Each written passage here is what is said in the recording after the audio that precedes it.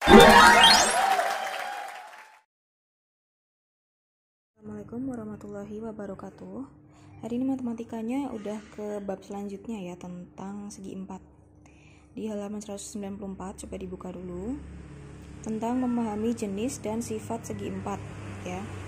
Namanya segi 4 berarti dia punya 4 segi atau sisi. Jadi sisinya ada 4. Nah, segi 4 itu bisa macam-macam ya, mulai dari persegi, persegi panjang, layang-layang, trapesium, pokoknya semua bangun datar.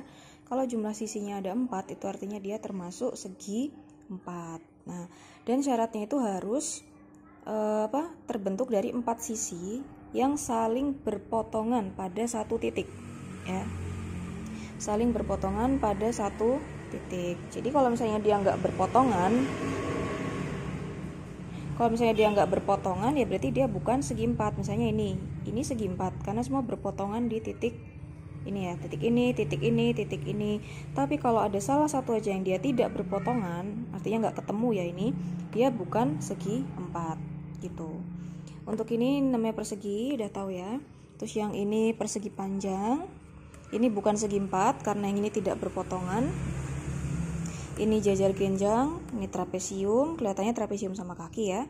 Terus ini dia segi 4, tapi segi 4 tidak beraturan karena ini mungkin kelihatannya kamu kira kayak layang-layang ya, tapi bukan, karena panjang sisi ini dan sisi ini tidak sama panjang.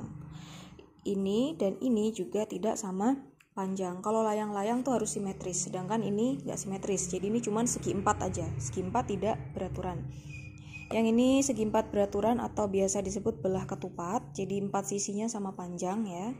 Ini baru yang disebut layang-layang. Ada tambahan, ini yang kayak gini, trapesium siku-siku ya. Trapesium siku-siku artinya siku-sikunya di salah satu sudut gini. Terus ke halaman 196 tentang sifat-sifat segi 4. Di sini ada sifat-sifat segi 4, lalu kamu isi kira-kira bangun apa yang memiliki sifat ini ya. Jadi misalnya nomor 1, setiap pasang sisi berhadapan sejajar. Di sini dicentang PP, persegi panjang.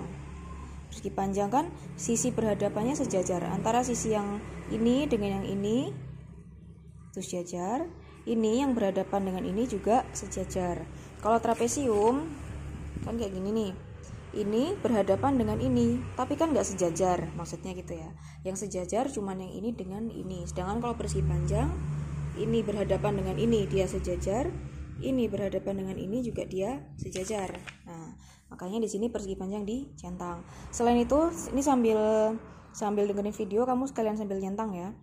Setiap pasang sisi berhadapan sejajar, persegi juga sama, jajar genjang juga sama, belah ketupat juga iya, trapesium enggak, layang-layang juga enggak ya. Yang kedua, sisi berhadapan sama panjang. Persegi panjang iya, persegi jelas, 4-4-nya bahkan sama panjang. Jajar genjang juga sama panjang, belah ketupat sama panjang, trapesium tidak sama panjang, yang ini layang-layang juga tidak sama panjang. Berhadapan ya, ini layang-layang, ini berhadapan dengan ini, nggak sama panjang, dia sama panjangnya yang satu pihak kayak gini ya. Sifat ketiga, semua sisi sama panjang, itu cuman ada di persegi dan belah ketupat, lainnya nggak ada. Yang keempat, sudut berhadapan sama besar. Persegi panjang iya, persegi iya, jajar genjang iya, belah ketupat iya, trapesium dan layang-layang tidak.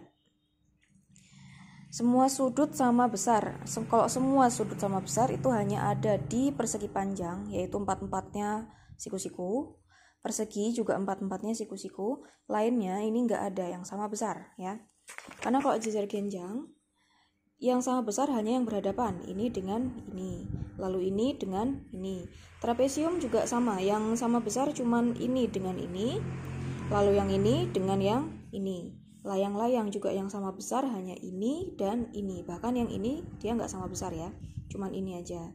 Sedangkan kalau persegi panjang dan persegi dia 4-4-nya sama besar ya. Terus yang kelima, masing-masing diagonal membagi daerah atas dua bagian yang sama. Persegi panjang iya, persegi iya, jajar genjang iya, belah ketupat iya, trapesium dan layang-layang tidak. Ini maksudnya masing-masing diagonal membagi daerah atas dua bagian yang sama. Jadi ini kan persegi nih, diagonalnya ini dan ini. Nah, diagonal yang ini membagi daerah menjadi dua sama besar kan? Kalau dibagi gini, yang ini dengan yang ini kan sama besar. Persegi panjang juga diagonal di sini misalnya, antara luas yang ini dengan yang ini dia sama besar. Jajar genjang juga sama, ketika dia diagonal di sini, ini luasannya, potongannya sama. Nah, belah ketupat juga diagonalnya kan ini, atau ini, dia membagi dua sama besar. Ya, jadi 4 ini dicentang. Sifat ketujuh, kedua diagonal berpotongan di titik tengah masing-masing. Ini semuanya iya kecuali trapesium sama layang-layang. Jadi di titik tengah ya, maksudnya ini misalnya persegi panjang, diagonalnya kan di sini sama di sini. Dia berpotongan pas di tengah-tengah bangun. Sedangkan kalau layang-layang, dia diagonalnya kan ini sama ini. Titik potongnya di sini kan. Dia nggak persis di tengah-tengah bangun, agak ke atas dia posisinya. Gitu maksudnya ya. Jadi trapesium sama layang-layang disilang. Yang 8, kedua diagonal saling tegak lurus. Ini hanya berlaku untuk persegi, belah ketupat, dan layang-layang.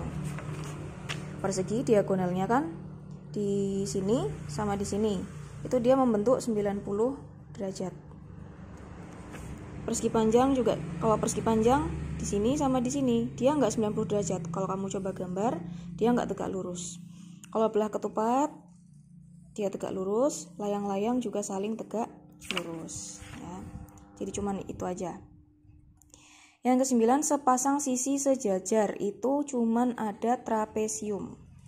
Karena yang lainnya ini ada 2 pasang sisi sejajar, ini juga 2 pasang, ini 2 pasang, ini 2 pasang, ini juga 2 pasang. Yang cuman sepasang itu hanya trapesium, atas dengan bawah ya. Yang ini memiliki simetri lipat sebanyak 1, itu cuma layang-layang. Simetri lipat 2 itu ada persegi panjang sama belah ketupat.